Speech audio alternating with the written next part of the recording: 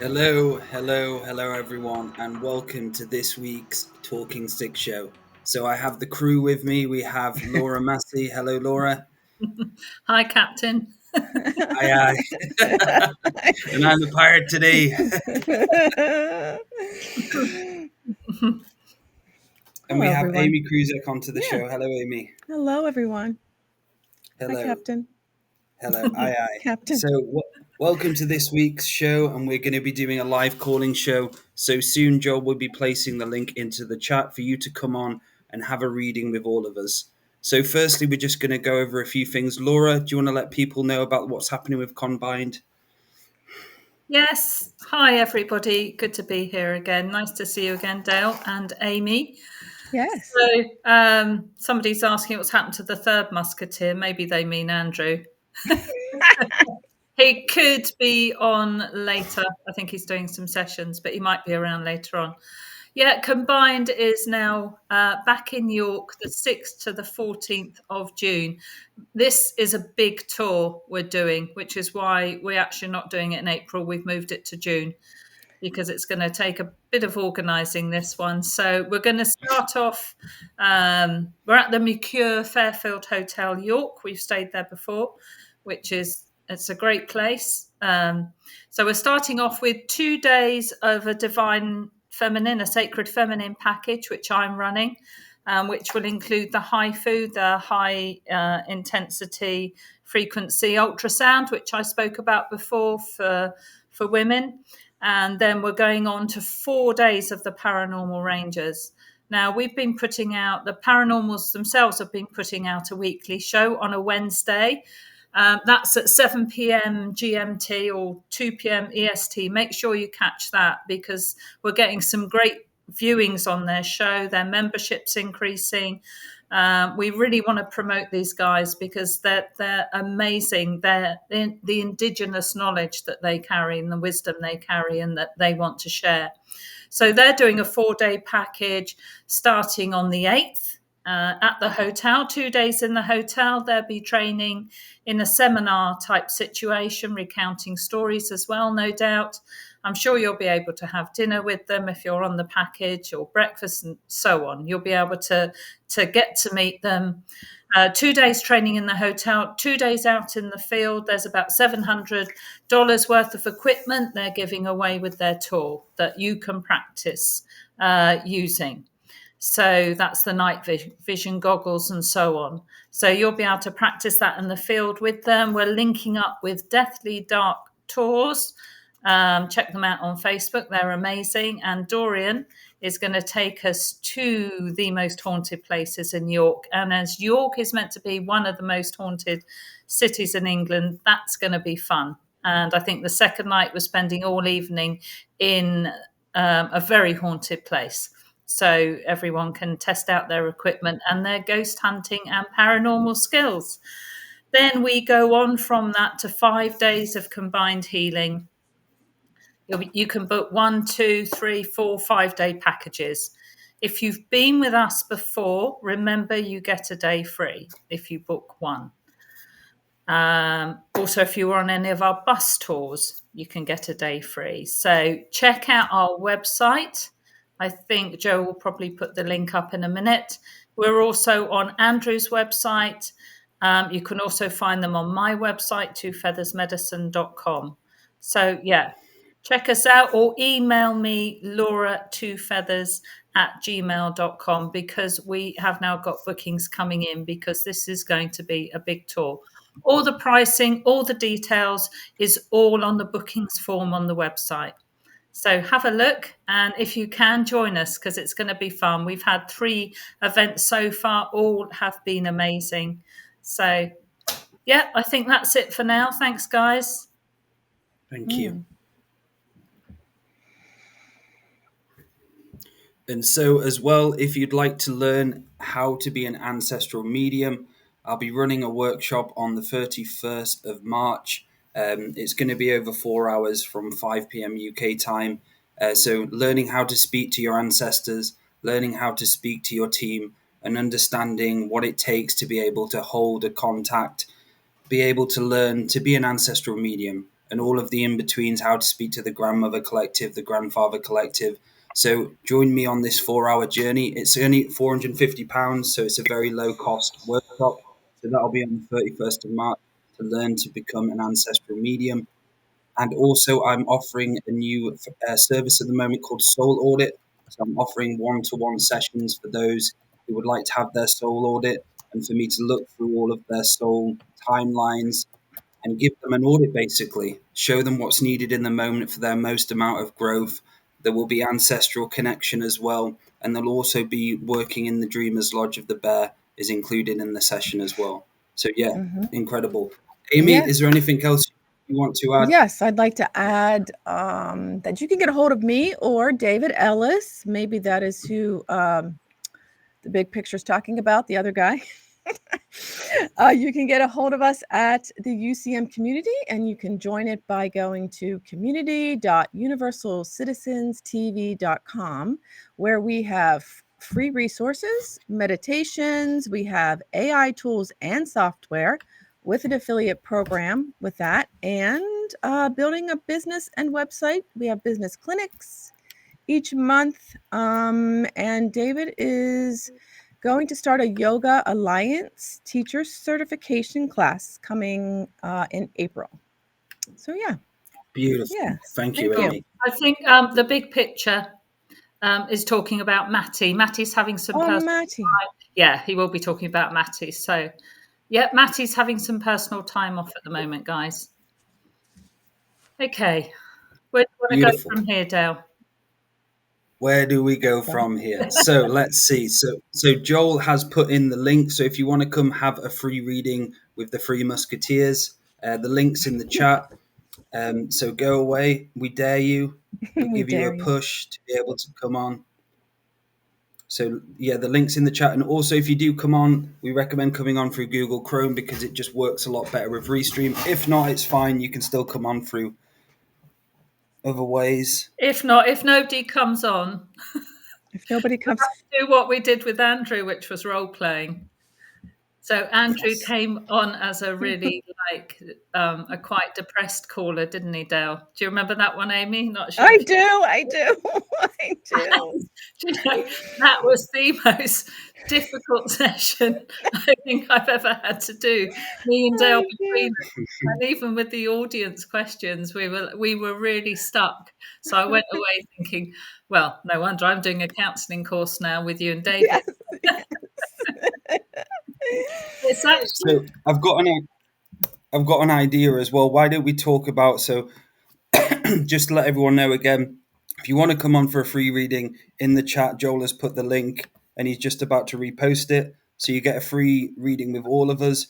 And I was just thinking, guys, why don't we talk about the spring equinox? And I know me and you, Laura, have been talking a lot lately, and there seems to be a lot of things going on around us with the solar flares coming into this change of going from galactic winter to galactic spring. So let's talk about the equinox and coming into it and what's going to be important for everyone in preparation going through this time so they don't lose their mind. So, Laura, Amy, do you want to go and start this? Go ahead, Laura. Me. Go ahead, Laura. You go ahead, Amy, if you want to. No, go. I guess. Okay. So equinox, I've already started to say prayers over my wood. So I will do an equinox fire. It's just something I love doing.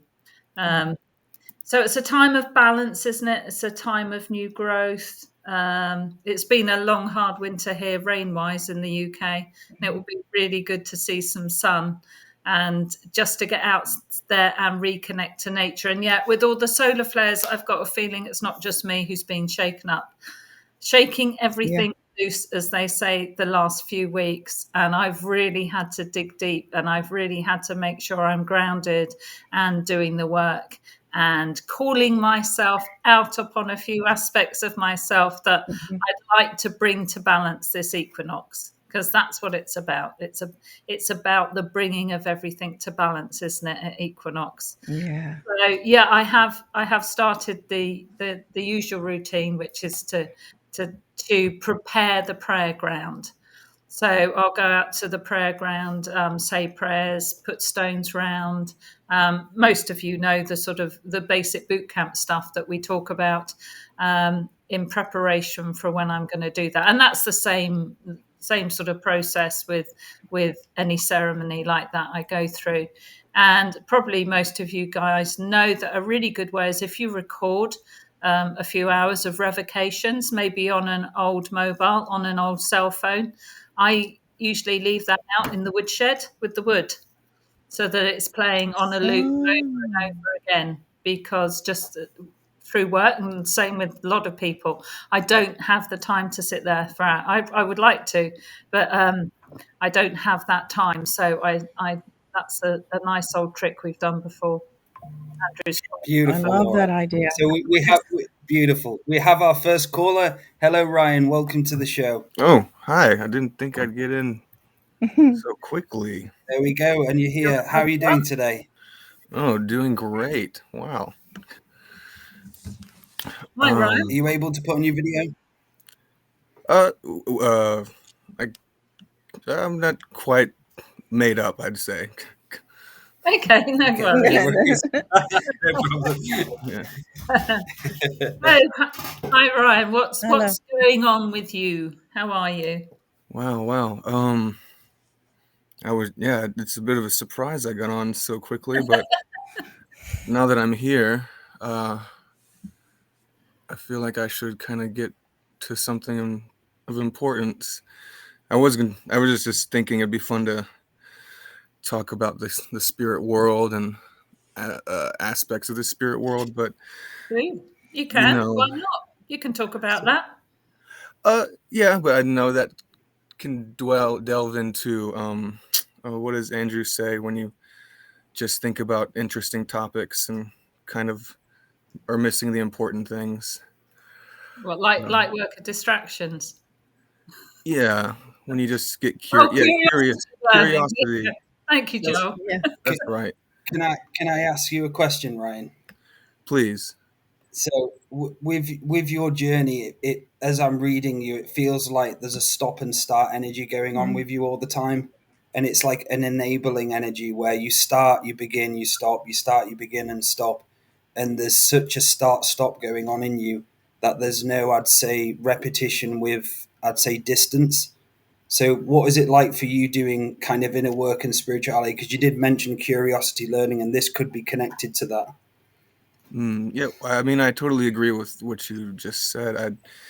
I do think I do have certain self-sabotaging tendencies, and and for me, it's just been a whole lot of pushing myself forward and believing in myself, and just getting over hurdles of self-belief, and just my whole journey has really been discovering who I am, and through discovering who I am, I just you feel a confidence and a clarity, and so I do feel solid in knowing who I am, but it can be a lonely journey for me, and so it just can be a challenge pushing myself into consistent practices.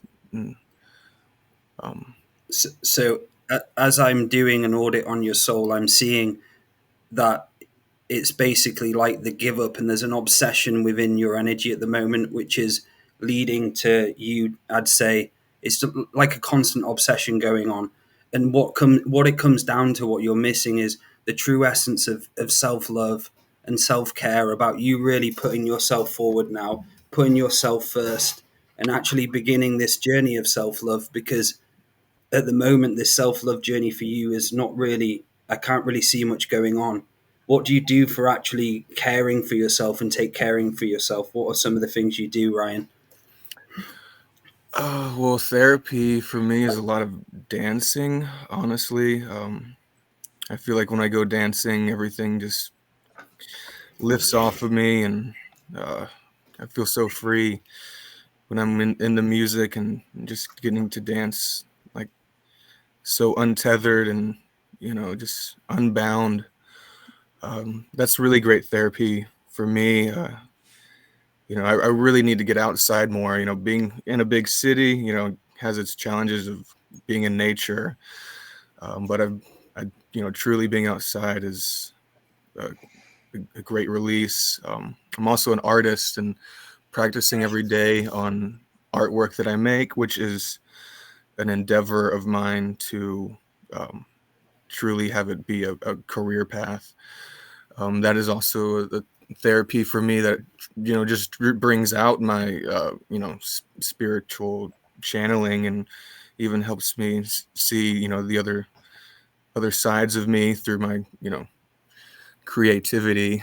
But it has been a journey with the self-love. Recently, got intimate with somebody, and then I was disappointed with how quickly they just left, and I was, it was pretty disheartening. And the idea of self-love, I'm like, oh, definitely came back of needing to just provide that for myself.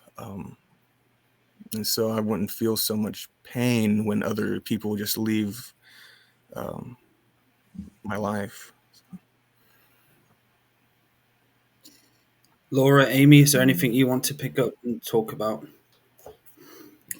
I can definitely hear the hesitation and the doubt, Ryan, that Dale's talking about, and the lack of oomph. Really, there's a touch of sadness too about your voice, and it's almost like you could do something like singing to reinvest in the depth of your voice, or the strength of your voice, or the resonance of it. But that could also be about some background sadness that I'm picking up on that's going on. Mm-hmm. So what happened? How you're not in a relationship now? No, it's been quite a while since I've been in a real committed relationship, and so being and getting close and intimate with people has just been quite challenging. And like I was just saying, recently I did get a little close with somebody, and it ended more abruptly than I would have wanted, and in in ways I would have not preferred. But to me, it was just like a lesson, because the feelings that came back were, familiar feelings before of being in past relationships, and them, kind of going the same way of me, not, seeing like, hey, like I'm not, what the other people are looking for. And so, it's just totally what comes to mind is like, I'm not going to find anybody in the stage that I'm at, and like, in the level that I'm at. So to me, it's always a matter of just like leveling up, and like in all sorts of manners. It's just like putting myself on a, another level that's, just, where I'm closer to where I want to be. And that's the only way I'm going to find somebody that's going to reciprocate myself, because I've never, been with somebody who is like, just going to be with me for me. It's always been a matter of, what you can offer. And I'm just like, well, I definitely have to level up and be at a higher level to even meet people that are going to, really care and love me. Because I just feel like I'm just, attracting people that are just seeing me on the surface level, and then I'm just kind of a different person, and then people don't usually stick around. It sounds like you've got a sort of an expectation program running in you, that is how a relationship's going to be. That might be something just to look at, because that's obviously come up in you, I think, or been growing in you, or put in you from prior relationships. So what happens is we then tend to expect the next all relationships to be like that, rather than letting each relationship be a standalone relationship. So that might be something just to look at, how your past relationships have been, and whether you're running that I expect this relationship will turn out like the others sort of program. That might be something to look at. And also, there's a slight seriousness about the sound of your relationships, and I'm wondering whether initially just to seek the joy and fun within a relationship rather than wanting to get too deep. Can you see where I'm coming from on this? To be a bit lighter about it. Let's see what Dale and Amy think. Yeah. I also saw the expectations too, Laura, that he has on the relationships. And sometimes it feels as though you set yourself up for that disappointment to happen, And so when that happens, what is it that you can do different? Do you go inwards and ask yourself, well, what happened in that relationship just now? Why did she ghost me? Asking yourself questions, I think, is important to get to that inner. Also, it feels as though there could be an imbalance in your spirituality versus your reality and your spirituality. Does that make sense? Where you may want this person to be spiritual like you, but that is that a really high expectation that you have of that person? That's something I would, eventually deal with. Right. Yeah. Because we do I've been, relationships, you do kind of have these parallel rails running where you're together, but yet you're doing your own thing. I had to learn that, where you're not codependent on them to be there for you at all times. So you kind of have to like, hey, that's, cool, but I'm going to be doing this, but I like that you're doing that. And then coming together and sharing in those things that you like to do together. If that makes sense, guys. Yes, makes perfect sense. Yeah. And yeah, just be a little more lighthearted is what you mean, right? Yeah, like don't get so don't go in there so serious and what do you wanting do for fun, all the Ryan? check marks. Sorry, Amy. Yeah. What do you do for fun, Ryan? I mean, besides dancing and making art, what makes you laugh? Makes me laugh. I don't know, just silly things. Just goofing around. I can be pretty lighthearted myself. It's almost something I'm pretty good at. But do you stifle it? Do you like, oh, that's enough? I know that one. It's like, oh, that's enough. I can't have so much fun. No, I mean, I actually would say I'm the type of person who is, almost too nonchalant about about things, and people usually would, criticize me of not being serious enough. I can, just see the joy in almost anything, and but I think my seriousness comes from like the lack of trust and from other people, and not and seeing like other people can take me in a certain way that allows me to hold back. Mm-hmm. If that makes sense. So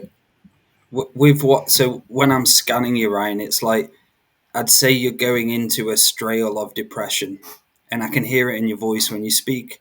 It's like there's, I'd say, about 58% of you actually talking, and there's like such a disconnection process with you, especially your feet. It's like as I'm going down your tailbone, C1 and C2 are just filled with this. I'd say it's like an anxiety. It's like a turned on anxiety going on in the background. Then the feet are so stiff. And for you, it's going to be about finding balance within everything to bring you back into alignment with loving thyself, and how important it is for you to appreciate how great you are and some of the many talents you have, and actually respecting yourself enough to see it. And I think for you, a victory ceremony in the spring is going to be important to start honing in on the positivity, what you can bring to this world, because it feels like there's a lot of lost energy within you. And I'd highly recommend you start start having some sort of tailbone release. It's like your whole body's just stuck and your feet are really ungrounded and your brain's scattered.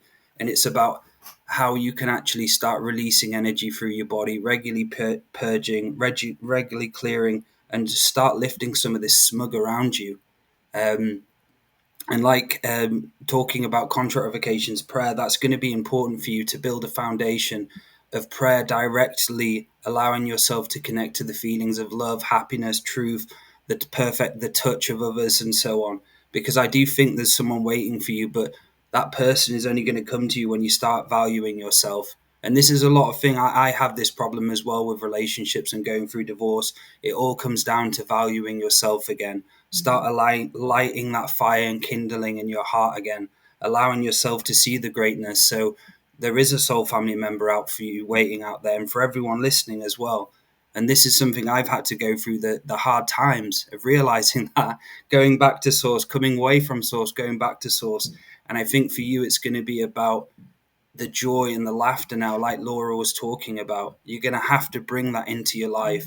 It's so important. Yeah, in whatever way you can, really, Ryan. We always say, don't we, our first relationships with ourselves. So when we get that one right, and I know it takes a whole lifetime, it takes many lifetimes to have to get ourselves balanced and so on. It does take a lot of work, but that does change your energy field and it does change who is attracted to you and who you're going to attract. And in a ceremony and so on, or in your prayers, do prayers for yourself too, so that you can take on that ancestral wisdom, you can take on your ancestors' teachings straight right into your blood to help you on this particular theme.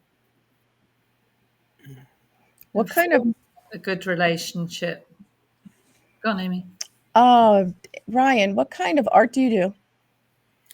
Oh, it's in the realm of like fantasy artwork and like psychedelic pop.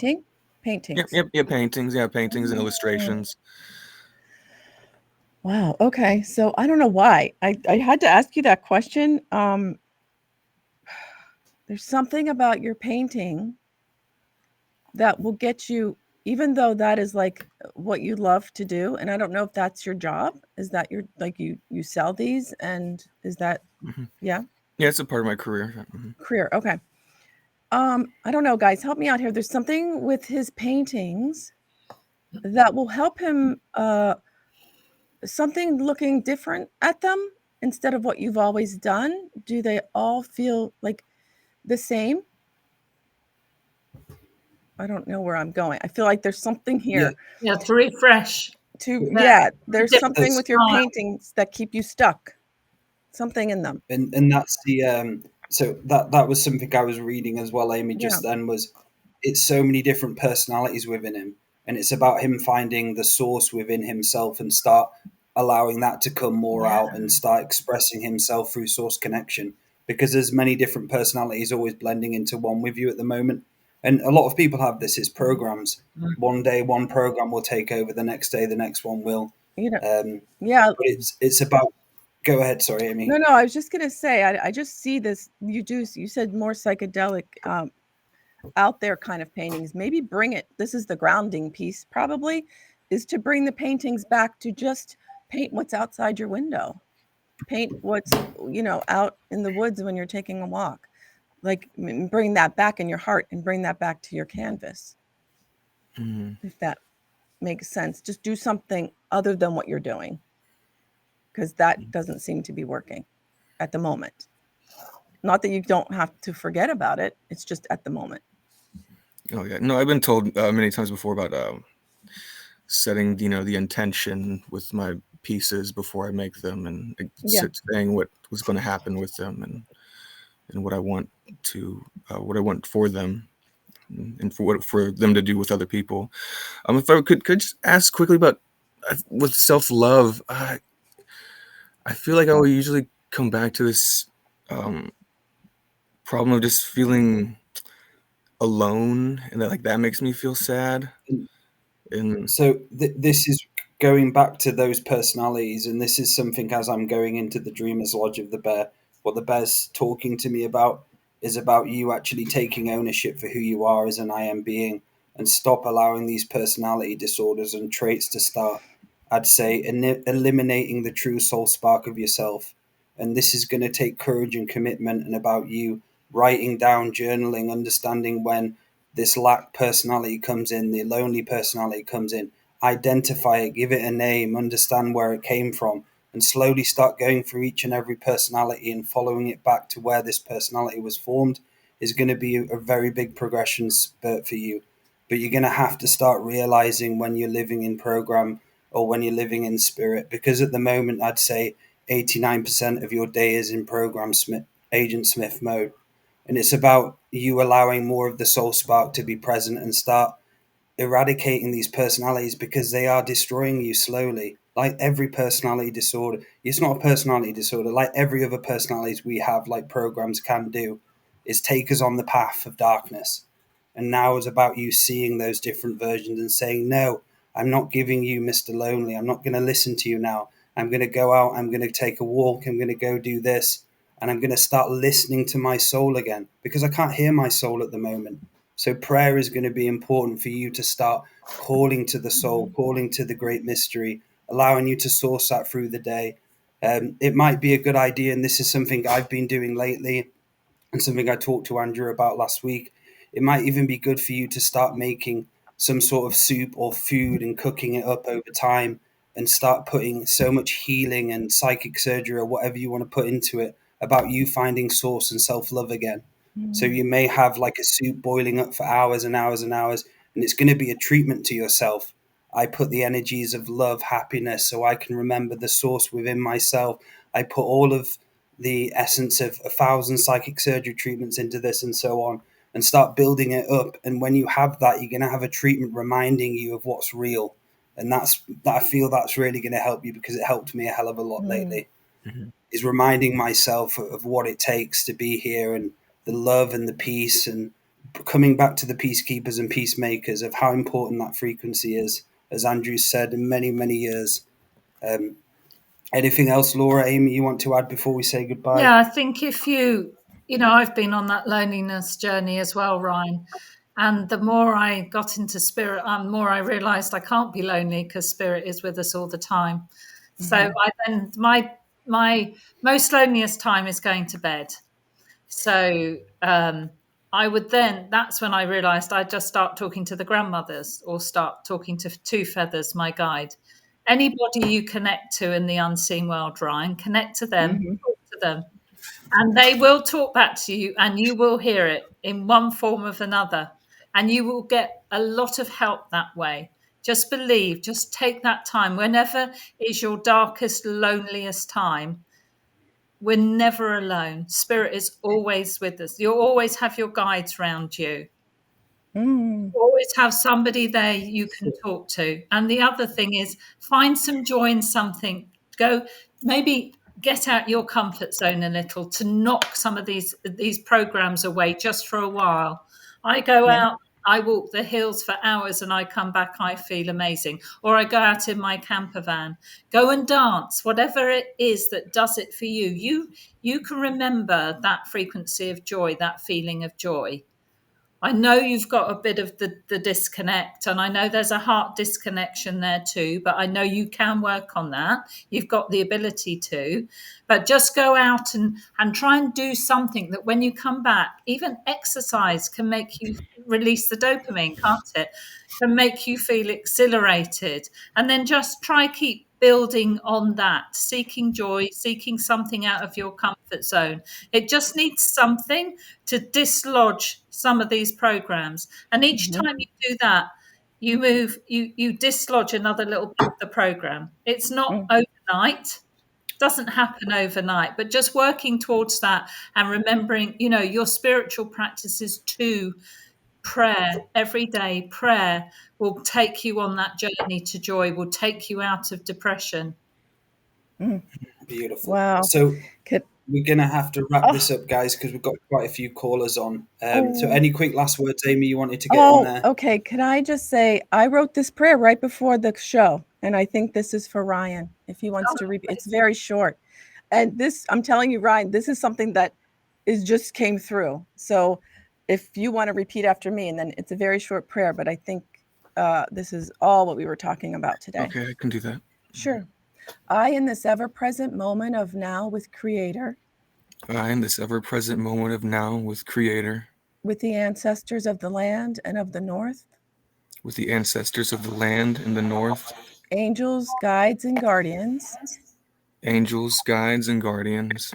I hear your call to the chambers of my heart. I hear your call to the chambers of my heart. To where the real love, the big love, resides. To where the big love, the real love, resides.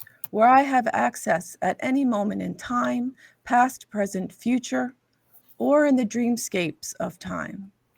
Where I have any access in time, in the now, present moment, and where I have access to any moment in time. Or I have access to any moment in time. Past, present, future. Past, present, future. And in the dreamscapes of time. And in the dreamscapes of time. I hear your whispers through every cell in my body. I hear your whispers through every cell of my body. My being. My being. My soul and my spirit. My soul and my spirit. And I call upon you all to ease my insecurities. And I call upon you all to ease my insecurities. Quell my doubts. Quell my doubts. My shame and my blame. My shame and my blame. For you and I are the way showers. For you and I are the way showers. And the dream showers of this vessel recreated. And the dream showers of this vessel we created. Our connection never broken or splintered. Our connection never broken or splintered. This is what makes us whole in all we create together. This is what makes us whole in all we create together. So let it begin with the love deep within. So let it begin with the love deep within. And uncover what we have created, for it is already in form. And uncover what we have created, for it is already in form. Now and forever. Now and forever. Aho. Aho. Aho. Thank you so much, Thank Amy. you, Ryan. Yes, thank you. My goodness. Wow, Amy. I'm Dale, glad Laura, Thank you very much. truly for calling appreciate in, it. brother. Thank you, Ryan. It was a Thank you, pleasure. Ryan. Thank you. Thank you, Ryan. Take care now. You take care. Cheers. Bye. Walk in joy. So I think that's some good stuff. we'd like to welcome. Good. Oh, thank you. Oh, Andrew. I thought you were the next caller. Thank you so much. Wow, that was perfect Hey, timing. Andrew. Hi, Andrew. How you doing? Great. I've passed on the skill of repeat after me. You did wonderful. Oh, yes, you did. Slowing it down a little bit. I had to slow it down. Was that something you had written So or was something you were reading? I read it. I mean, I wrote it 5 minutes before I came on. Oh, even better. Brand new tester. Yes. Yes, thank you. So we've got Daniel on now. Hello, Daniel. Are you there?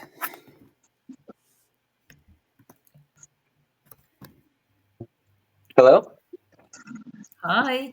Hey, Daniel. Hey, how's it going? Cool. I wasn't expecting to get put on so quick. What's the format? What do I do? What do I say? How do I let you guys know where I am? So this is a reading show. So tell us a little bit about yourself, Daniel. Actually, where are you calling in from? I'm calling in from the wonderful Mount Shasta. Ah, how long have you been there? I've been here since just before COVID happened, so the end of 2019. I got the psychic hit that something was coming, so I was like, "Bye, city." Where did you come? Where did you go from? Kind of the greater Seattle area. What kept you in Shasta? Mostly right now it's my son. I separated from his mom after we were married, and we separated after we moved down here, and he still lives here, so I'm sort of still here during that process, but we're finalizing divorce papers after way too long, and I'm looking into new places to move to right now. So is it challenging living near the mountain energetically? Yeah, extremely. Yeah, so the mountain likes to kick people out. Like every year, there's a cycle of those that are getting ejected, red carded from the mountain, forcefully at times, and there are others that are given the slow kick in the ass, like you can't stay no more. Yeah, and I've had that feeling for like 3 years or 4 years that I should leave, and I didn't have money, and I was kind of stuck in this whole relationship thing, and so I kept just mind fucking myself into like not doing anything. And now I've manifested a new job, and the divorce process is happening, so there's movement in the direction. What's the job? It's actually the same job I had before COVID. I'm doing business consulting. So you go around to local businesses and consult for them, or do they come to you? No, I work for a firm up in the Seattle area, and it's for a technology company. So I'm doing stuff for like Microsoft right now, and I'm doing like answering emails and copying files to different locations and following different procedures. And so it's a remote job. Yeah, it's a remote job. And you can remote this job anywhere in the world? No, there's some limitations. I have to get it approved by a manager if I move. And it's supposed to be near different hubs of the company. All right, so as long as there's a similar hub, you can go. Yeah. So right now I'm looking up back at the Seattle area because my kid's mom wants to move back to Canada.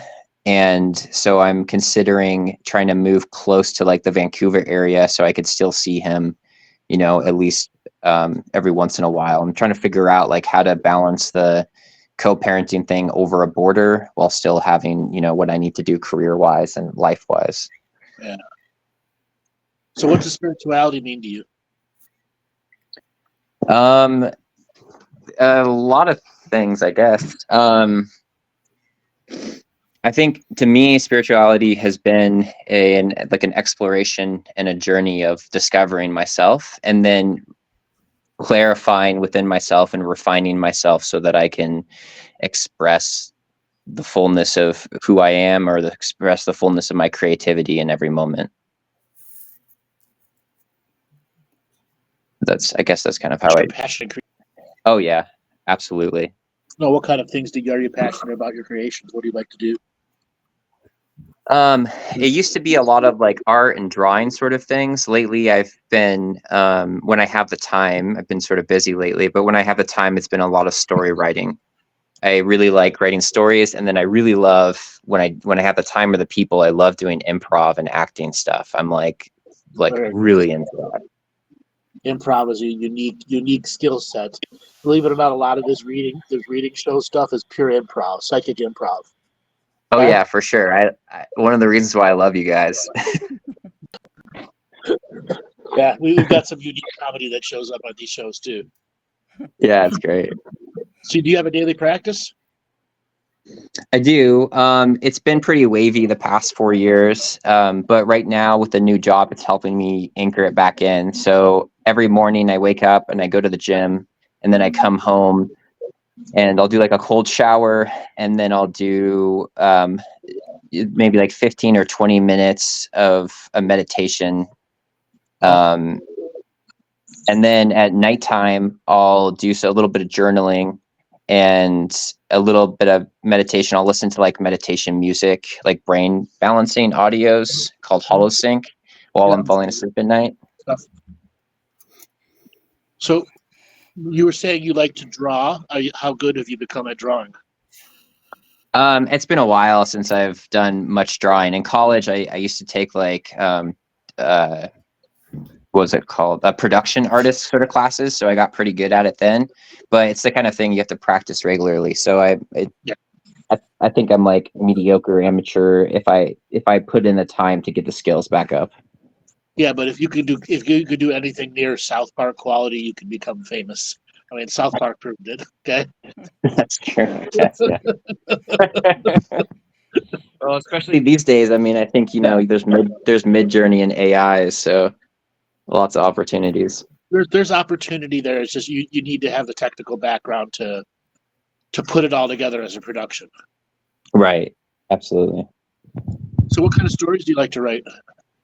Oh man, I honestly, to me, the improv and the story writing is a way of exploring like the vastness of the human experience. So I tend to lean towards fantasy and sci-fi sort of stuff, but I really love. What's that? I'm the same way. Fantasy, sci-fi. I try to mix them together. Yeah, I mean, I can't imagine. I bet with you, it must be so much fun because you've got access to like so much the universal dimensional space. One of the stories I've been working on recently is I took UFC, that fighting style, and I mixed it with the fantasy world. So I created a competition inside like a magic fantasy world where all the top wizards go and fight each other in mixed magical martial arts. Wow, that's fun. Like That sounds great. Street Fighter, except they don't shoot fireballs and stuff like that. Everything is what you can do to modify the body to do damage to somebody else.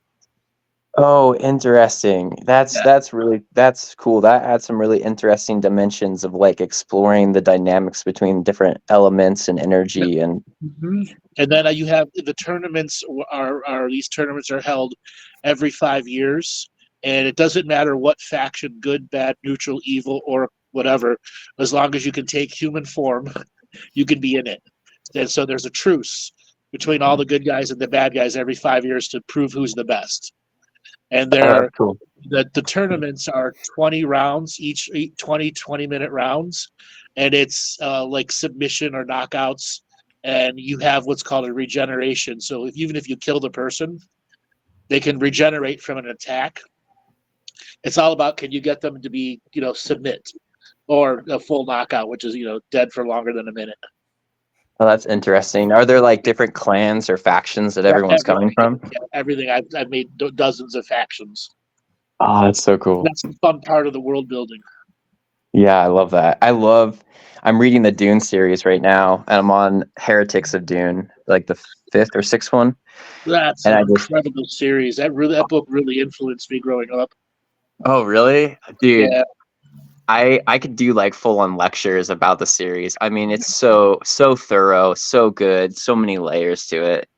I quote it constantly, and anytime something happens where I get upset about some kind of sociological, political dynamic, I'm like, oh, this happened in Dune.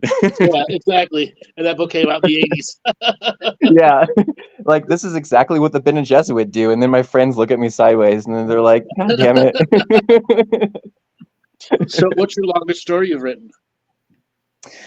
Oh, man.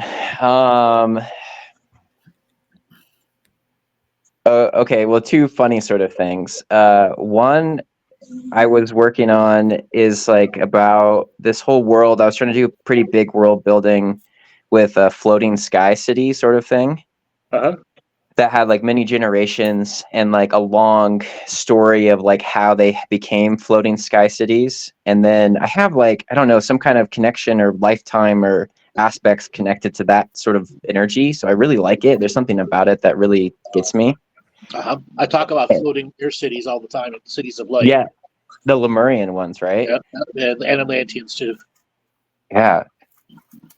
So there's like a whole like kind of saga that I was trying to work on with that and like outlining it and stuff. And I was jumping around a little bit too much last year with different stories. And then I did this other one that was a joke with a friend where we were writing like a whole saga that was almost like Dune, but with like a cat messiah.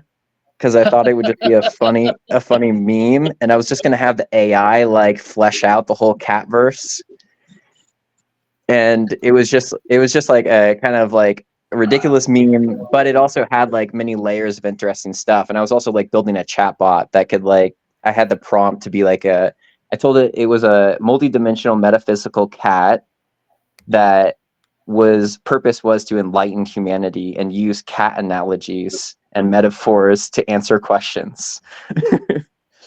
So So we had this AI just generate like a ton of content, and then I wrote stories on top of that, and I was like writing mini chapters on top of that, and I was like doing this whole big thing, but I got kind of overwhelmed with work, so I kind of set it aside for now. So how long are these stories? Actual written stuff. Yeah, the actual written stuff's not too long. I mean, that one was only like, I think I got into like 4 or 5 chapters, and then the other one was like about the same too. And so I haven't really under 20 pages. Yeah. So yeah, I haven't really like sat down to like be like, okay, I'm going to actually finish the story. I'm actually going to write it out. I'm actually going to publish it. Yeah, you're cart before the horse, though. So, but first piece of advice here is you already have a daily practice. You have to add writing to your daily practice. Even if the writing is you just taking your voice and talking it out loud, improvising it all out loud, and then you coming back at a later date and then putting it to text. Okay. Okay. And it doesn't have to be in the same day, but put it to your daily practice of, all right, I've got to get these stories from my mind into some form of manifestation. And starting with the oral or video log of yourself, because you could act it out. You already like acting, you already like improv. So if you have a character you want to create, act it out. And just let your phone record it. Okay? And then you go back later and try to capture the essence of what you're acting out. Build up, 5, 6, 7, 8 recordings, and then just do the actual transcription. It's not that hard. You could probably do it in one afternoon. You get a bunch of them. Yeah, for sure. And there's like little tools that can help with the transcription and stuff. So Sure. Unless you're using acting voices, and it might be weird. Oh, right. Yeah. Still listen to it and read it as it's playing and edit it as it goes, and then that limits your time more effective. Yeah, that's a good point. Yeah, they don't got to have the AI do everything. Yeah, absolutely. We use the tool where it is. Okay. So, how old's your son? He's 5, turning 6 at the end of March. And where in Canada is she thinking of moving? In the Vancouver area, you said? Yeah, it's kind of in a negotiation right now. So I'm trying to get her to go into the Vancouver area because it's like it's just the most accessible city. In the future, if I find some way to move there, it creates a lot of opportunities for tech kind of work. And they also have great acting classes up there. Where is she originally from in Canada? Calgary. There are no Microsoft offices in Calgary? I'm not fucking going to Calgary, dude. It's like snowy tundra in the middle of nowhere, and that area just doesn't appeal to me at all. So your son's not worth it? No, he's totally worth it, but she doesn't even want she doesn't want to live in Calgary. So I think the Vancouver area is better because it's also closer to Seattle, where his grandparents on my side are. And the plane tickets to Calgary are only $80. So it still links him to his grandparents on her side. So she doesn't want to move back to where her family's from? No, I don't think she does. If she did, would you do that? I don't think so. Getting into you got to remember, essentially she's looking at being a single mother. Yeah. Okay. Yeah, and you're gonna have to follow and be within a 2-hour drive. And anything more than a 2-hour drive is too tough on you. Right. Yeah, I was thinking Seattle to Vancouver is not a short drive. Okay. No, it's like 3 hours. I was thinking maybe Bellingham to Vancouver. It's still 3 hours with your border crossing. I guess. I mean, it's like an hour and a half, but I guess border. Right. So what are you going to do? You're going to go get the border crossings all the time, or you could be waiting 3 hours sometimes at one border crossing. Right. Well, those are things for you to consider. Laura, Dale, anything you guys like to add? Just sounds like you're doing great already with your meditation and all that. Daniel, I was just thinking to actually add prayer to that.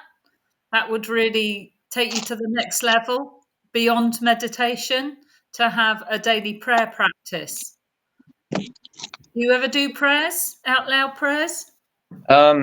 Yeah, some kind of. I mean, I do the contract revocations too a few times a week. And then I do some sort of prayers when things get really bad. That's like my backup. I don't know. I found prayer to be really like hit and miss. I sort of do more like gratitude sort of prayers, I guess. That's cool, but you're very impromptu guy, so I think prayer is something you'd be able to do on the hoof. Okay. I think What kind of prayer are you suggesting? whatever makes you feel inspired. I mean, there's gratitude prayers, then you can connect with every single element. You could do a prayer just to the wind, to the four winds. You could do a prayer to Grandfather Sun for fire, a prayer to Mother Earth. Yeah, a prayer to the waters, a prayer to rivers. So you could use the natural things. You could do a prayer to your ancestors and reconnect to their wisdom to help you on your next stage of your journey. Okay, yeah, that's good. Yeah, a prayer to talk to your ancestors about traveling, about moving, about you can turn a prayer into almost a two-way conversation with them, because that's really what it is. We just get the answers back in different ways. We might hear it many days later, but the fact that you stepped up and made that connection to them will so enhance your journey, and especially bringing in the ancestors, even though all the elements are our ancestors too, but you can start doing different types of prayer. And the other thing is you could do the revocations in different voices again, because that seems to be your sort of style from what you were saying to Andrew. So you could it makes them more fun, and it brings up different aspects of revocations that we've not seen before or felt before. It highlights when we do it in voices. Yeah, sorry, I got excited. I listened to your guys' talk on aspect integration, and I started doing. I need to learn more accents or like try different ones, but there was one that was like Irish or something that kept coming up, so I kept doing that one with revocations. That was fun. Yeah, it is fun. That's how I developed Posh Laura from Right. that. And yeah, gotta love that. Through that aspect, through that light body, that shard, whatever you want to call it, through that aspect of me, I learned so much and saw another side of myself. And that will be brilliant for you, because you sound like you're a natural at that anyway. So, Daniel, one piece of advice I want to give you is I highly recommend you start getting out in the sun and doing some sun gazing. It's going to be very important for you that you start bringing light within your body, because there's a lot of, I'd say, there's not enough light coming into you at the moment. So I highly recommend, as Andrew's talked about and teaches, is the sun gazing, where you're looking through the third eye in the sun and you allow the light to start fully going through the body. It's like your body's needing some increase of light at the moment and just this clarity feeling. So anything where you can start doing psychic surgery, where you're bringing different aspects of light into those shadowy areas, are going to be very important for you, brother. Especially from what you've gone through and all of the stuff you've dealt with the separation and change and everything. It's about you now starting to clear that out by taking your time, going within and starting realizing where some of this darkness is or some of this shadow is. Start getting that out and start replacing it with light. It's like you want to be seeing yourself as a death and the rebirth at the moment for yourself, because there's a lot of changes for you.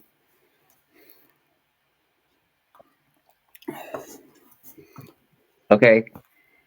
Cool. Sorry, I'm taking notes. I got a question for you. When's the last time you had somebody do body work on you? Oh man, it's been way too long. It's actually, I have a whole list of different bodywork types that I want to do now that I've got this new job. So I'm just waiting for the first paycheck, and then I was gonna do all the sessions. Uh-huh. It's probably been like 6 or 7 years since I got bodywork. Where in Shasta are you? Just downtown. There are so many body workers there, it's ridiculous. You just got to find the right ones. I think for you, the best body work for you to start with is going to be rolfing. If you don't, do you know about okay. rolfing? Yeah, I do. My friend is friends with one of like the pioneers in it or something, that she lives in town. Or maybe it you're felt gonna in watch Christ. don't let me kid you. It is very fucking painful. Okay, Okay. and you need purging. You've taken on from before the divorce far too much of your ex's energy. Yeah. After the divorce, you kept taking it on, and you had to step up to be a father, and then you had to share your son's energy with yourself, and your energy has been watered down. Yeah, I Okay? agree. So this is not a negative purge. It's not the negativity. It's their energy simply needs to go back to them. And what's going to end up happening is they're going to find spots in your calves that is so painful you're going to scream as if somebody's torturing you.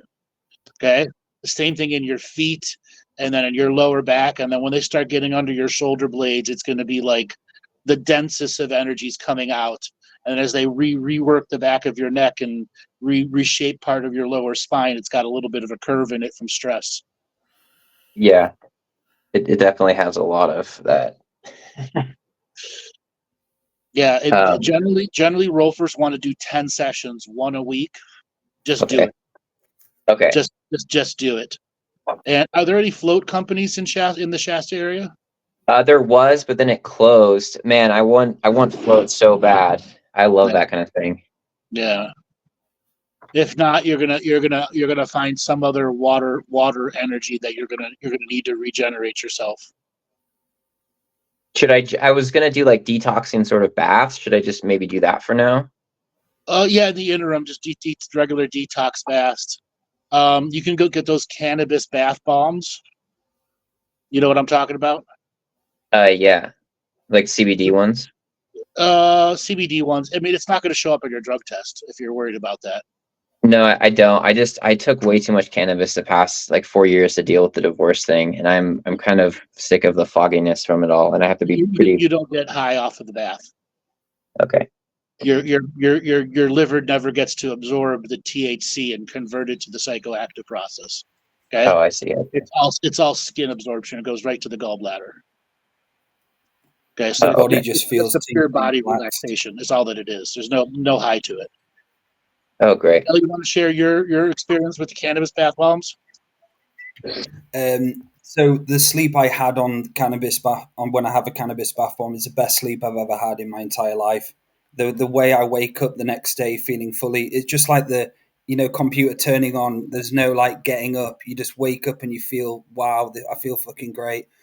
When I started doing it, it's like I just went into this deepest recovery sleep, and all my skin, like the next day, it felt like I had brand new skin. It's definitely worth doing. It's really good at regenerating. Really good. We've lost him. I lost the connection for a second. Yeah.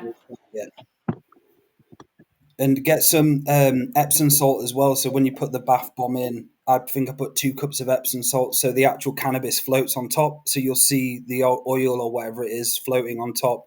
And yeah, you can just add shit to it, put it down, put more warm in. So you can be in there for hours.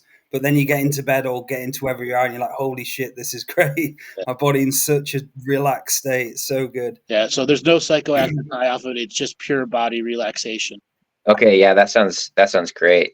And I found a really good acupuncturist in town. Do you think that acupuncture would be good? Absolutely, acupuncture would be good. Just understand the results that you're going to get from acupuncture are there's going to be some immediate relief you feel here and there, but for you, acupuncture is going to be a longer term adjustment journey. As you begin to go through the different emotional journeys that you have a cycle on, it's where acupuncture will be its greatest gift for you. So you like most humans have a 90-day emotional cycle that kind of loops or repeats. People who are really stressed out, it's down to a week where they emotionally spiral every week, every 2 weeks. Yours is about every 70, 75 days when I'm sensing you. Wow. And so you're going to be looking at acupuncture like every other week or every 3 weeks for the next 5 months. And that's what you'll notice your biggest gift of what acupuncture does by balancing you. So about like kind of re-entraining the system and balancing out the elements and emotions on like a regular basis to reset like the whole rhythm. Yes, like a 3,000 mile oil change. Mm-hmm. equivalently, you need the reset. In the beginning, it may be worthwhile for you to do 1 a week for 5 weeks and then slow it down. What it'll do is it'll give you a deeper retuning where that 75 days might switch to like 120 days cycle. Okay. What's your diet like? It's okay. I need to get it better. Another thing that's on my list. I do like protein smoothies in the morning with like bananas and blueberries and apples, and then like protein powder.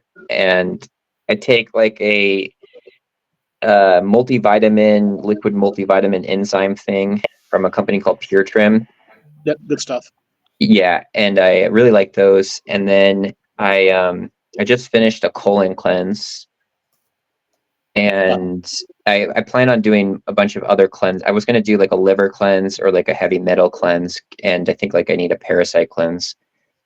So skip out the other cleanse and just do the parasite cleanse. Okay. So what came out of your last cleanse you just did? You mean like what came out of my body? Yeah. I didn't like investigate it. It's just. I mean, was it larger volumes? Did it stink like a motherfucker? It was just like, 3 or 4 movements a day, and it was all pretty liquidy.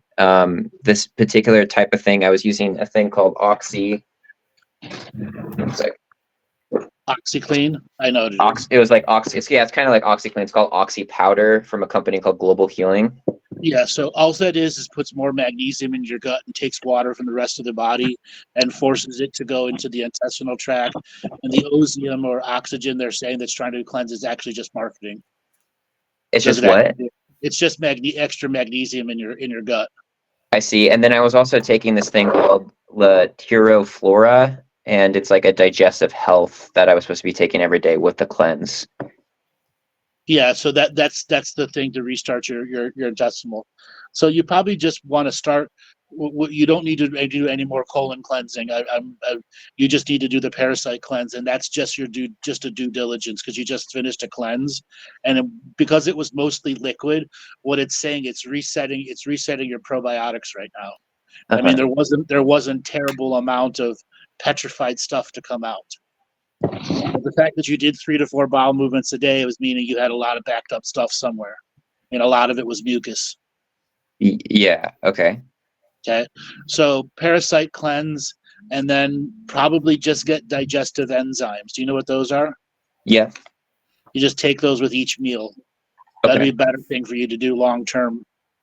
Even if you just took the digestive enzymes with 1 meal a day instead of every meal.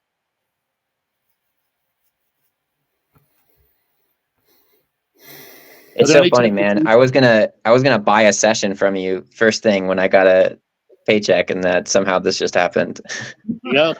That's why we do these shows. What's that? That's why we do these shows.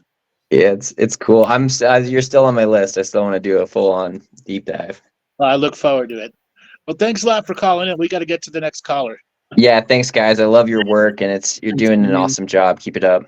Thank you. Thank you. Thank you. Good client. Good person to call in. Yeah. We have Matthew. Hello, Matthew. Hi, guys. Can you hear me? Hi, where are you calling from? I'm from, I just moved to Vancouver, Washington State. Irony. So, Another Vancouver. So what's going on with you? nothing. I'm kind of in the process of getting a bunch of stuff off the ground, and it's dealing with the stresses and what kind of stuff off the ground? So I have my regular like my main income is like my my parts business. We just sell parts online. You're the gun guy? Sorry? You're the gun guy? Yeah. I remember. Yeah, we talked a while ago. Did you ever get your guns from California up to where you're at? We're actually in a couple months. My dad's moving. So in the process, we're gonna swap it over here. So I have a lot of content I'll be able to, produce with the stuff we have in our vault. Uh-huh. it's pretty cool. He's doing this new place he has. He has a big shop, and he's super excited. He's going to do a bookcase vault type deal. So we want to do like some content on it, but yeah, all this stuff. It sounds great, right? It's just the we're logistics of it. able to sell that black powder gun I talked about with you. I've what I've been doing is I've been like just doing tons of notes on the types of things I want to do like that. I have 20 video ideas, like 20 product ideas. It's just waiting until finances are a little more stable, and I can so it's like it's a balance between how do I do everything that I have to do, I'm supposed to do, but also kind of trust and expand, at the same time. And, it's been busy. And I find myself in these moments of just like I'm in full trust of what I need to do in my life right now. But there's and I'm getting better, but there's moments that kind of old programming, pops back up, and I'm much better at stopping it now. But like last night, I didn't sleep much just because I was working too late. I knew I was working too late. I should have calmed down. My equipment wasn't working, and I I had a little spat of anger at myself, so I'm. That way, that happens to everyone. Yeah, me a lot. But so are you financially sound now, or are things challenging? Everything's it's stabilizing. I'm not at a point where, because we talked last time we talked, I had I talked about that surgery I had on my foot. Yep. That kind of put me in a hole, and it's I have enough money to pay all my bills, do all my minimum payments, and then any money I've had other than that I've been like stowing away to get these other projects off the ground, because I don't want to wait. So I'd rather save my money and have that available for when I need to dip into more like creative processes, because I'm paying my credit cards off, but yeah. So are you making your excess money by selling parts or complete pieces? Selling parts. What I want to do is I want to do like a YouTube channel where we're doing kind of like restoration stuff, but I also kind of want to teach people how to do what I'm doing on maybe like a paywall thing. Okay, so like who would be your target person that would pay for something like that?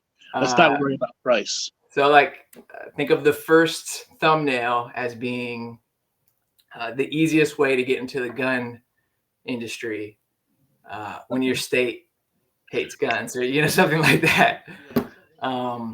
Because with antiques, it's hold on 1 second. You kind of skirt. Sorry, I think he's just got to answer a phone call. Don't worry. Oh, sure. Yeah. Keep going. Go ahead. Keep going. Yeah. Yeah. So I have all these ideas. Progress is being made, and then something will just set me off, and I'll waste the whole day, and then but something that's been really helping me is getting back to the gym.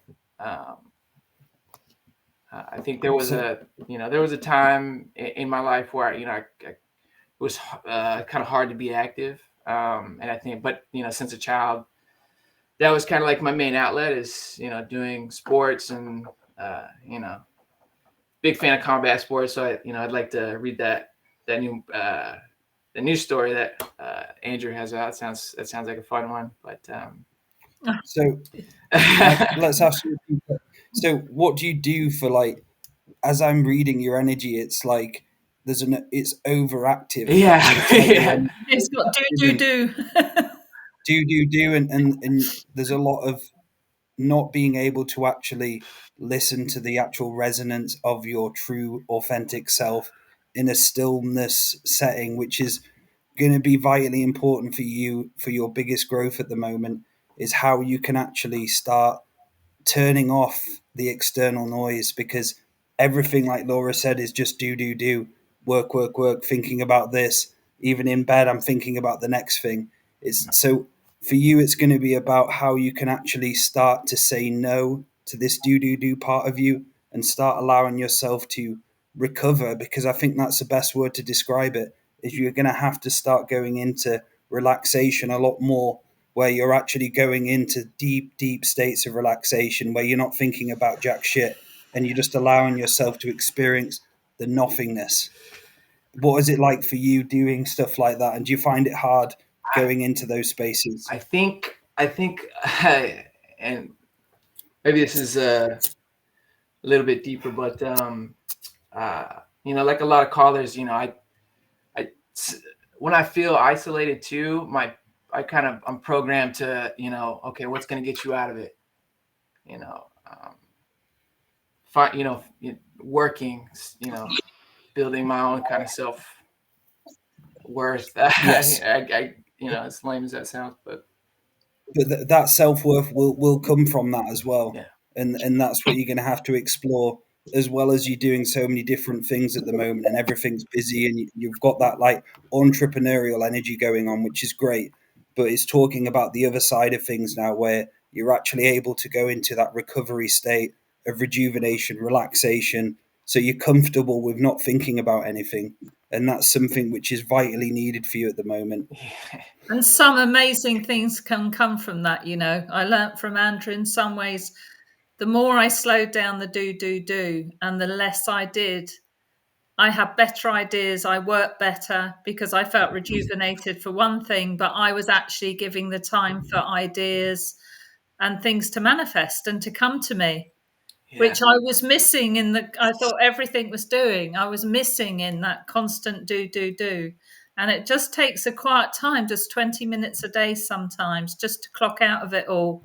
And then all these things come, and things start to happen then. You can do as much in that 20 minutes as you can sometimes in 2 hours, just because you're slowing down the mind and going more to your heart.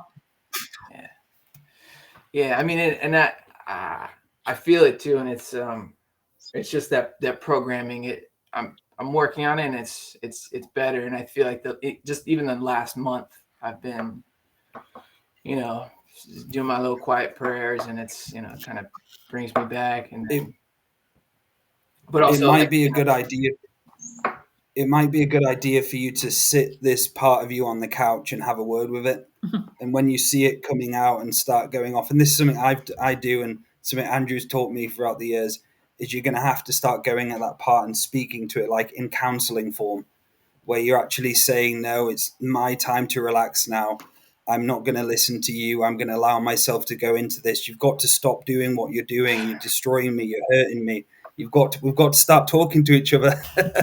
and that's going to be important for you. Sit it down on the chair, the naughty seat, and start speaking to it. Yeah, I need to, it's, a lot of it is like, and I got to learn to forgive my own, all the dumb shit I've done in my life, and that's, because I'm trying to make up for it. I feel like sometimes, you know what I mean? And it's. Yeah, but you can't make up for the past. You can only make new future. I know.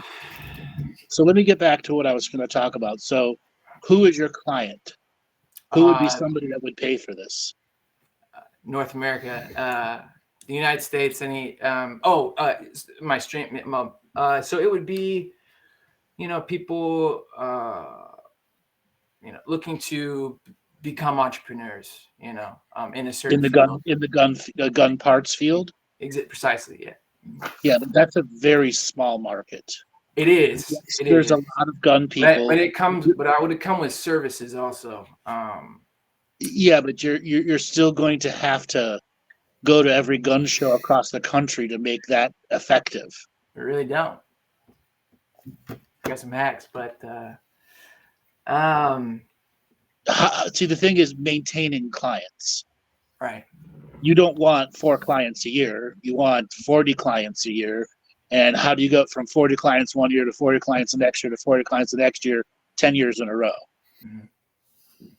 Okay, so Yeah. your business plan is going to have to include traveling to the variety of the various gun shows, setting up a booth, talking about what it is that you do, and putting your face in front of people.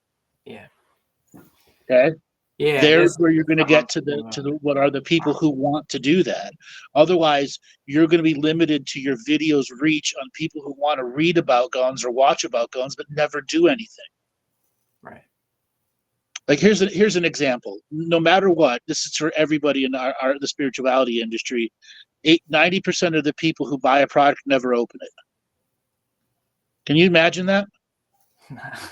Doesn't matter if you're Tony Robbins or Andrew Bartzis, the vast majority of the people never open the product. Okay? Yeah. So you're going to be run into people who want to do this, and you'll run into some hardcore people who want to get into the gun industry or want to make some money, but they're ultimately going to be gun show people. Okay. Yeah. That's your niche crowd. You have to expand your niche crowd.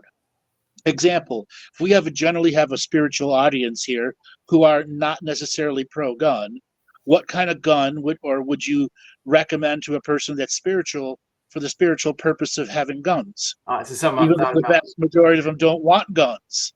Right. So if you have a hunter, are you going to have them engrave a hawk or this? And what spiritual things could you put into it? Mm-hmm.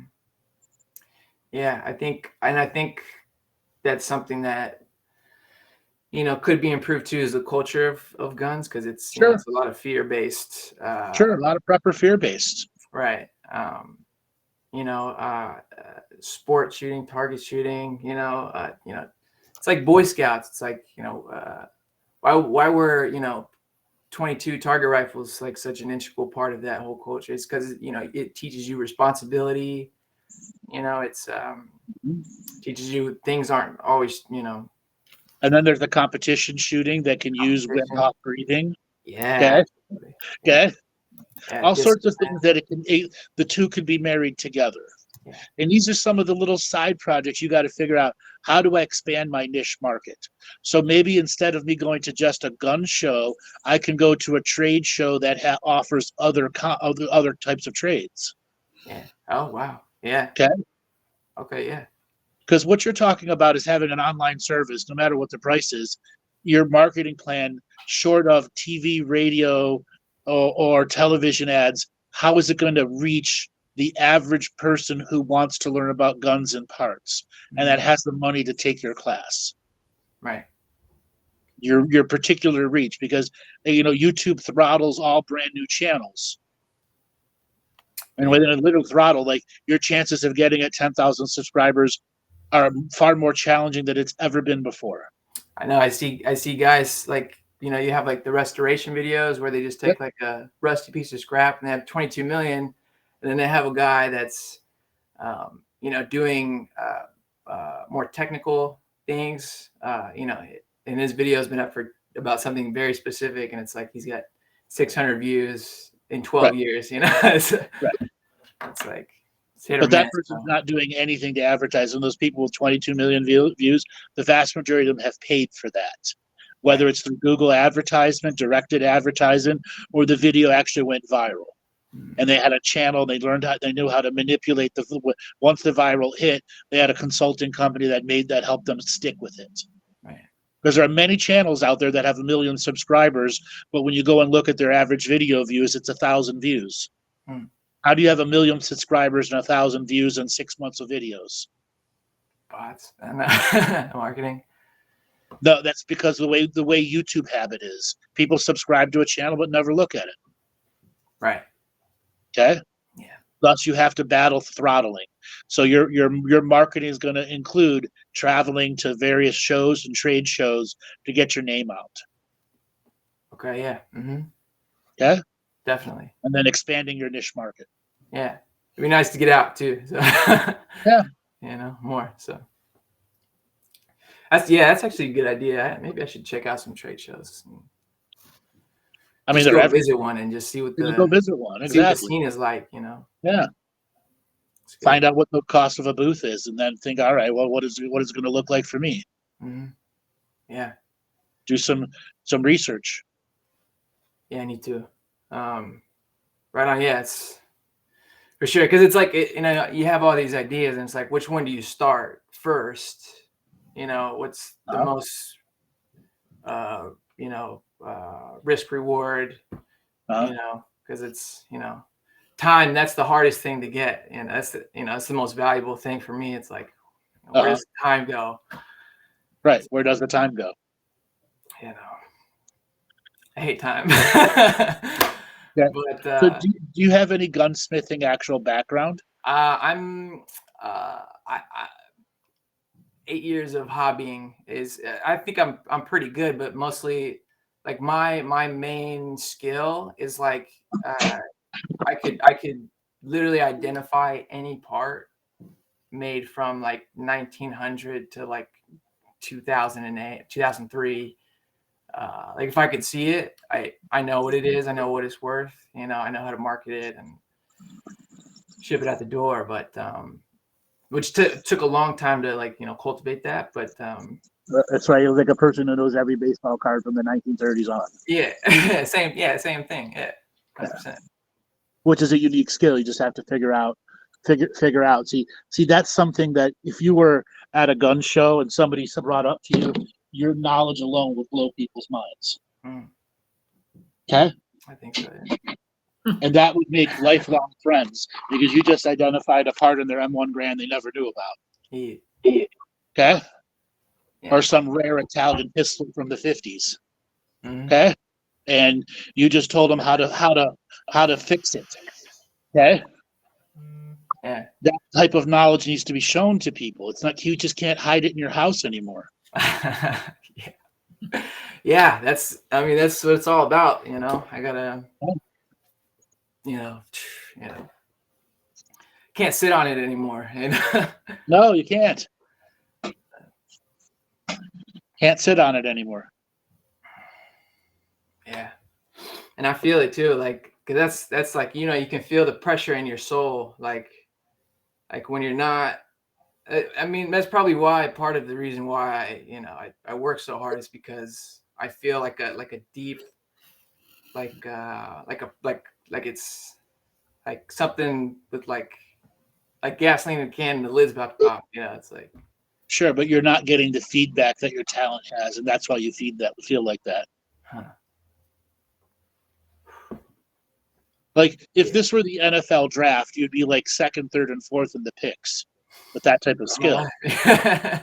But you don't see it, you don't get the feedback for it, nor do you see the passion that others, oh my God, you could figure this shit out. You got to start getting that feedback. Yeah.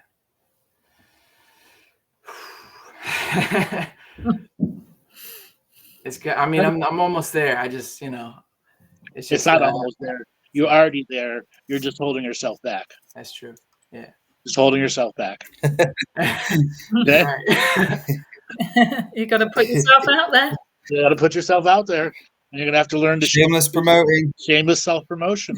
Yeah. You can do it. Relic Gunworks on eBay and Instagram, you know, if you like. You know. Yes. Great content. All right, brother. Thanks a lot for calling in. I appreciate you guys a lot. Thank you. Thank you, bro. See you soon. Bye, bro. So next we have on is Julia. I got to get going, guys. Yeah. Okay, Andrew. Thank you. Good talking to you guys. Take care. See you soon, bro. Bye-bye. Hey, Julia. Hello, can you hear me? Hello, hi. How are you? Hi. Where are you calling from? Calling from Sweden. Okay. Yeah. So, I'm 47 hours into my first fast. So like my body is a bit stressed. I can feel things are shifting, and I'm like detoxing and all of these things.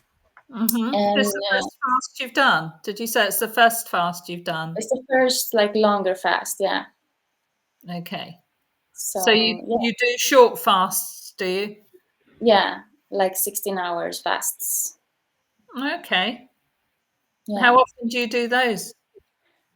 For the last week, it's been like the whole week, but otherwise it's been floating. Yeah. Okay. Yeah. So, what type of stuff do you do for your spiritual practice and journey? Sorry? What type of things do you do for your spiritual practice? Well, I pray. I go out and be in nature a lot. I just took a gardening course for like a year. I wanted to get more in rhythm with nature and the cycles. And I've been doing the revocations, not every day or so, but back and forth for a couple of years. And I dance, I play, I don't know the name of this in English, but I play some music and sing. I paint. Yeah. I recently also been doing like trying to connect with my ancestors more. Yeah. So I think. And what's your diet regularly like? Like, My diet has been, it's like a AIP, like anti, how do you say in English, anti-inflammatory paleo, if you know what that is. Yeah. And but then it's been like shifting. Like I had this sugar thing going on back and forth in my life. But yeah, I love like grass-fed meat and vegetables, and yeah, I try to stay away from dairy, from wheat, from yeah. I think it's like that. so when you say you like meat, how much meat are you actually eating each day? I try to eat at least one meal a day. So like I don't know exactly how much, but like chicken fillet or yeah. So when you straight away, as I'm reading you, you're not eating enough food. Yeah. But right now I'm And fasting. yes, that's fine. But I'm talking about before. Okay. Not the fasting journey, which you're doing, but before. Within your journey in the last few months, you've not actually been eating enough meat to sustain you, where you actually have your full energy about you. The one meal a day is going to be something what you're going to have to potentially bring 3 meals a day into yourself. In those 3 meals, you're going to have to start adding high fat and high protein. Yeah, Because I'm eating a lot of fat actually, and the yes, last months I've been eating much more meat also. yes. Have you always eaten meat? You've always eaten meat, yeah? No, I was a vegetarian for many years, and before that, even vegan for a couple of months. Yeah. How tall are you, Julia? 170 centimeters. Yeah. I have to convert that. And how much do you weigh? 55 kilos. Convert that as well. Okay, I'll have a look. You just, I mean, my first intuition is I wouldn't be fasting at the moment. I just feel that this is affecting you spiritually, this fasting. I think Dale thinks the same too, because I'm feeling there's not enough of your life force is able to come in, because it's almost like there's not enough for it to hang on to. And I'm not expressing this very well, but it's like you need to get more presence in you spiritually. And I think some of the reason it's not there is because of this fasting. And I'd really, it's fine, you're not having dairy and so on, but I still feel The 1 meal a day isn't enough. And only with the meat. I eat like, I felt like I've been eating too much, like all the time almost for I don't know, for a couple of months and back and forth during the years. But with meat, I only eat once a day, more or but less. you eat protein. Do you eat protein your other meals? Do you have protein in your other meals? Are you getting your over 40 grams a day protein? I think so. Maybe not. Maybe I'm on the line there somewhere. But the last like 7 months, I've been dealing with this very intense, aggressive entity, which I can constantly feel exactly where it is, and it likes to hang out like on the back of my tongue and different areas, and I can actually like see it, like when it moves my clothes. And I've been fighting this for some time now, and it's been very, very hard. And that's why I'm doing the fast now, because I want to starve it, and I want to also starve my candida, which I have. I'm just going to be brutally honest with you, that what you're doing now is making it worse. Yeah. You're basically, as I speak to you, there's an internal program pushing back at me as I'm talking, which isn't listening. And this is something you're going to have to be aware what's in you at the moment. It's like when I say words to you, there's always a comeback in I'd say the program, or the defeating pattern within you. And that entity you've got is an ancestral entity. It's not a demon. Okay. It's not an attachment. It's not something what we can obviously clear out and completely get rid of it for you. It's going to be about you now actually taking your full power back by eating, bringing vitality back into your journey. Start eating at least 40 to 50 grams a day, counting. Going into fasting is going to allow this thing to feed off you more. That's all it's doing. It's pulling you like strings.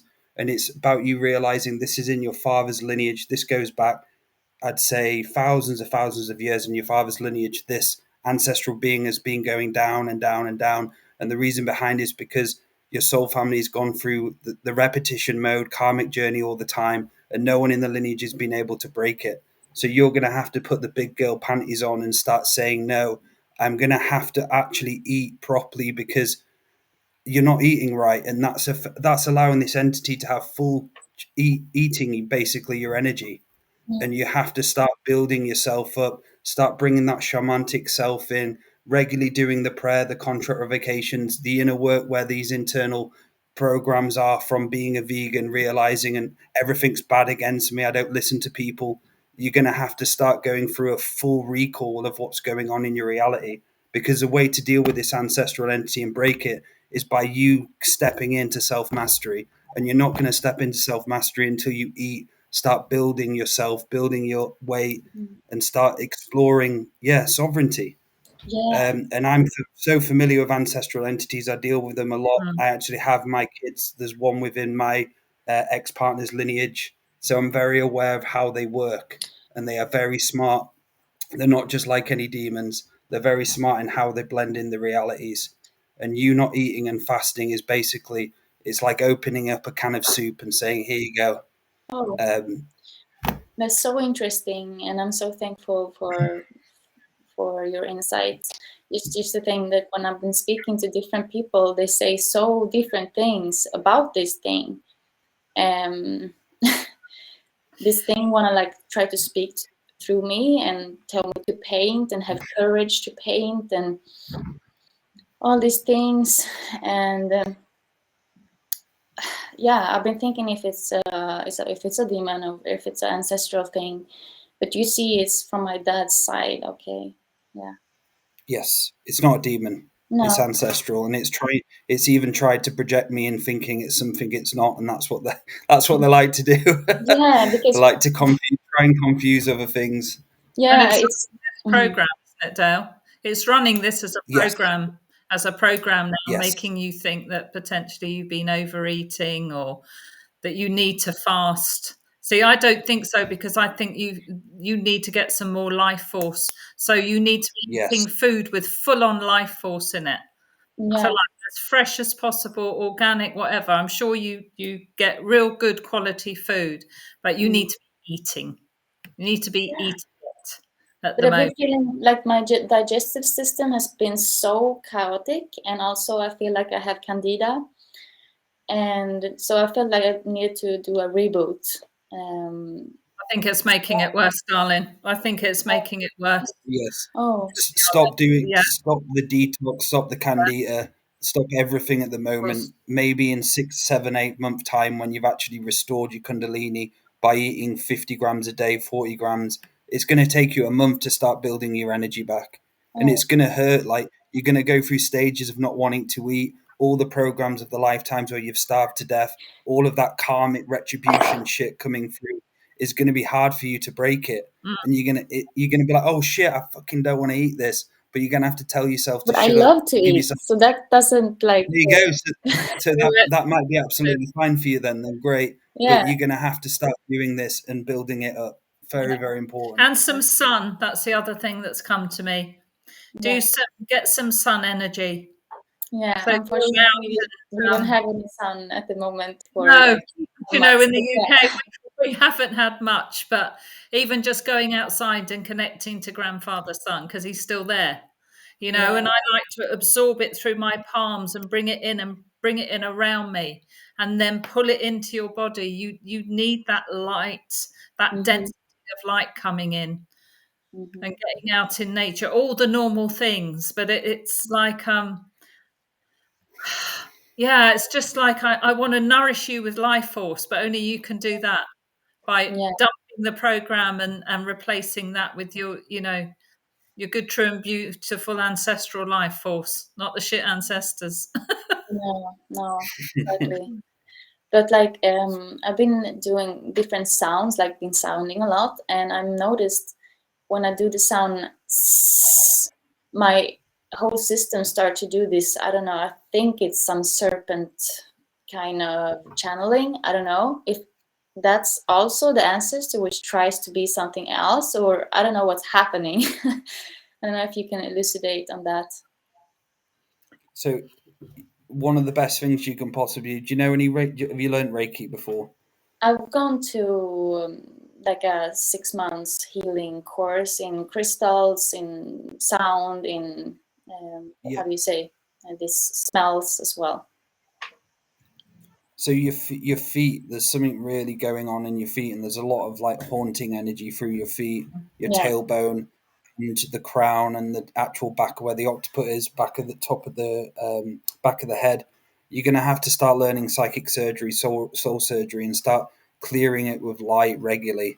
So this entity has to have so much energy to be able to feed from you, because it's like you're completely dim, and the little bit of light you get, it takes it out of you straight away. It knows you so well. Exactly. It's like it knows what patterns you're going to do, what programs are going to take over, your adrenals turn on from someone speaking, anything. It knows exactly how it has access. It's like it's allowing yourself to say, no, fuck you. Like, I'm having my life force back. I'm regularly cleaning myself, learning psychic surgery, and start bringing light within my body again. But for you, it's going to be about the long-term balance of yourself, because that's why it's defeating you. There's no groundedness and balance. What do you do for work? What do you do for your job? So I took the gardening course to get more grounded, to get more connection with the nature and all of that. And now I've been taking a business course, and I'm starting a business, because during that that gardening course, I was at the farm, and I got really good friends with the whole family, and especially the son. And so we are going to start like a business together, working in nature, like permaculture and all sorts of everything which has to do with nature.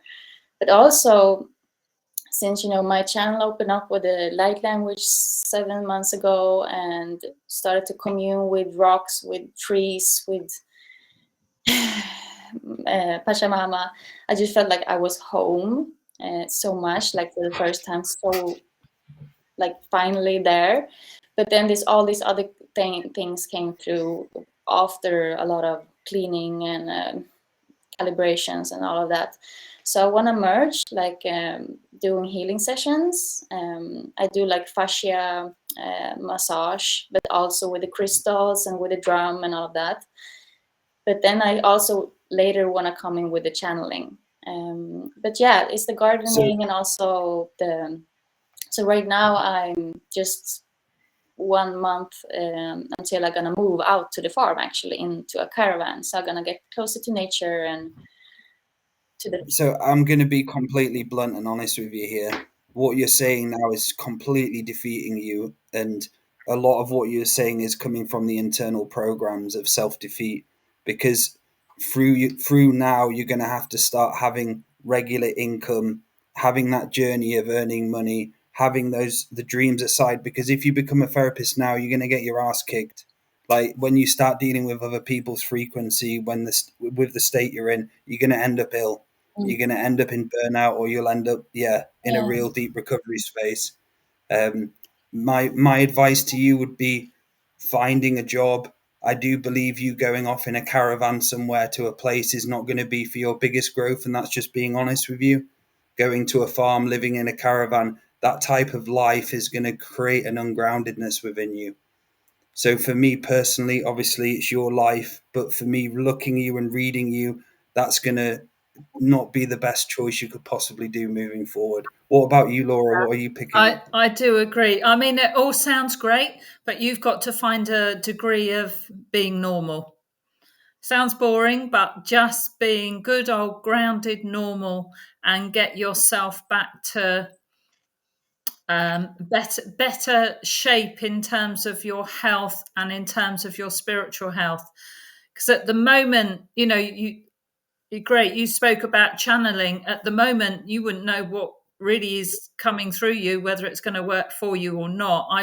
I would be worried about you doing something like that. Yeah, absolutely. I'm not saying you can't do it in the future, but you really need to get this yourself solid, right? You've got to be more here, is what I'm feeling, because you're sort of out there because your body just is not liking what's happening to it.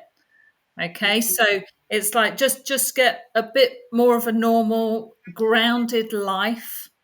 Yeah, as Dale says, and then look at spiritual stuff, but whatever comes in that feels good and feels great, make sure it's not duping you. But you can always feel, when it's right, when it's a heart-based entity, and you'll know anything like the hissing or whatever. I would just get rid of that. Take no notice. Nothing you want to investigate there. You want to focus on all that is good and true and beautiful, and you want every time you can, anything like that comes in that feels not nice, dark, whatever you want to call it, just call in the galactic sun or the central sun, whatever.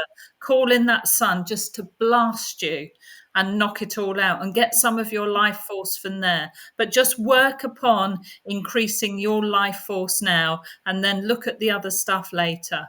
You can do it, absolutely. But as Dale said, if you go into trying to be a therapist of any kind now, it is going to whip your backside.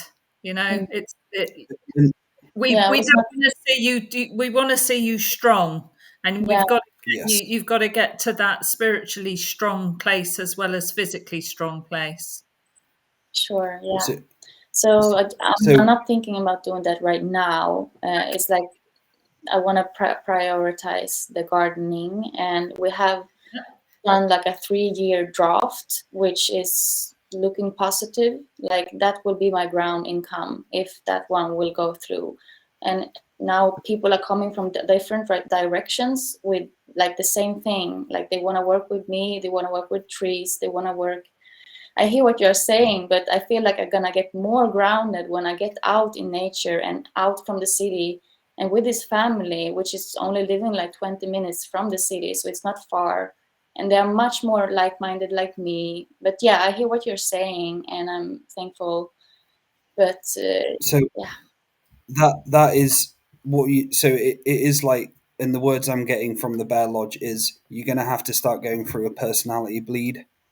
And that's about you realizing internally that you've got a lot of strong self-defeating personalities going on, like so strong that you don't actually realize they're a personality, they're not your right personality.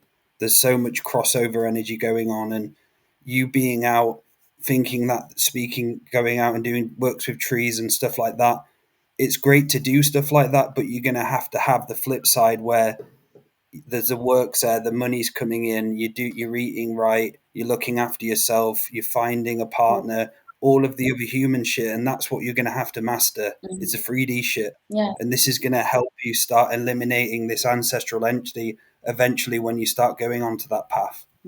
Because this being wants you to go away and go in the trees, live like a hippie, because that's going to make you ungrounded and easy food.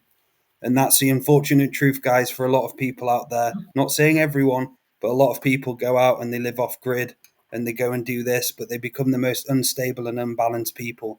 And they end up creating these personalities where you can't speak to them as humans anymore, because it's all that I need to be free, I need to be out in the forest, or I need to be doing this. I'm not like judging you at all. This is just from my own experience and reading what's going on. You're a great person. You've got a lot of power, but it's about you seeing that and aligning with the true self of you. And like I said, the personality bleed is going to be important, bleeding all of that other stuff and finding the real you again.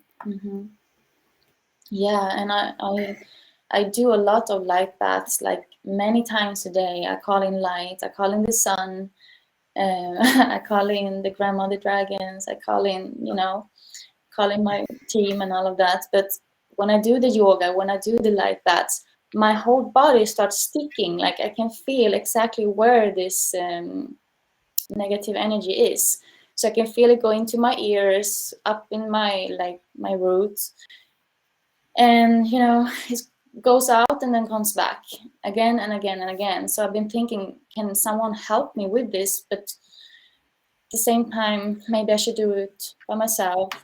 I'm not sure, but yeah. So first step, food, eating, that's going to be the first step for you.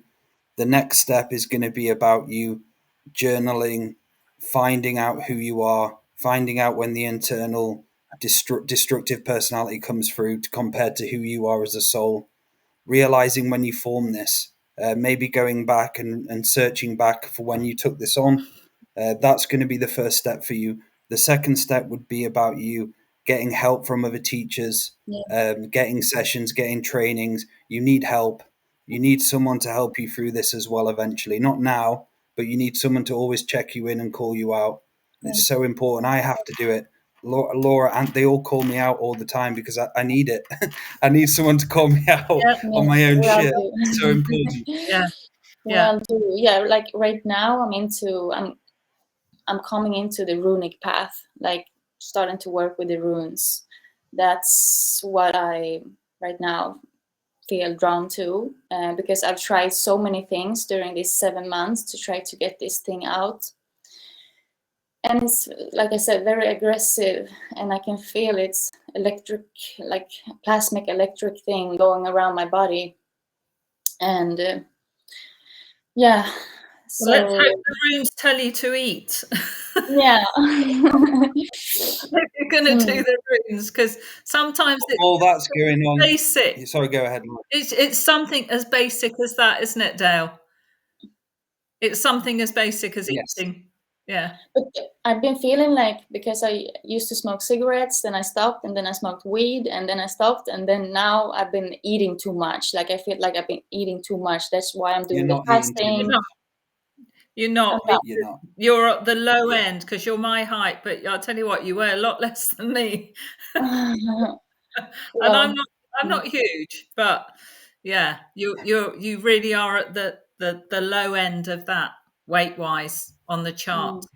So that's what you need to focus on. Build yourself up. That's why I know everybody's normal is different. I do understand that, but we're just talking about getting a degree of groundedness before you go off and launch yourself in that because it's a bit of a cut off the spiritual path out with the tree. It's not a cut off from nature. I understand that, but sometimes it can be a bit of a cut off from reality. a bit of a cut-off from actual how we have to survive in the world. Yeah, like I know for sure that I have a lot of spiritual energy and I need to like ground in. I know that for sure. But like I said, like I feel that coming out to nature, being around people who are, you know, like-minded, but not, you know, up their way, just like-minded, and get closer to nature and learn from nature more, that will ground me. That's what I feel like. But yeah, I hear what you're saying. Yes, and you can do it. You can do it, and beginning to start eat salt baths would be very important for you.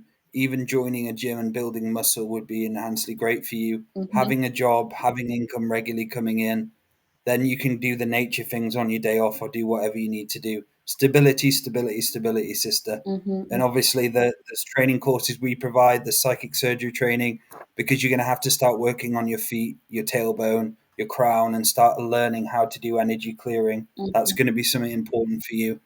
And please don't fast at the moment.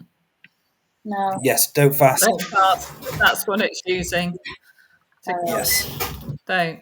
Because you're going through all these release energies, and it's just like, yes, she's releasing again, or yeah. Because that's like, if you can give me one advice, I'm like knocking myself automatically. I think it's the Kundalini, which is just showing me where to move, and my hands move. If I pick up a rock, it just goes to a place and start doing things to just take out things. Things are just happening like that. But I feel like I need, like you say, like a deeper release, like around here, back of my heart, in my feet. Your Kundalini is not activated at all. Your Kundalini is not part of anything at the moment. You've not got enough energy for your Kundalini to build. So like, so your Kundalini would kick the shit out of this entity. If your Kundalini activate, this entity wouldn't be able to come near you. Because it's that high frequency. If I relax my body, I don't know if you can know what this is, but my body just starts to do things, you know. I think, and that's you not having control and groundedness in your body. I'd say you're only in your body 20% of the day, maybe in 15%. You go out of your body most of the day. And that's going to be important for you moving forward, how to be in the body again. That's you coming out of your body. You're in, you're out, you're in and out, and so on. It's just a pattern going on in you. Okay. And what's in your body when you're not in it? What's in there?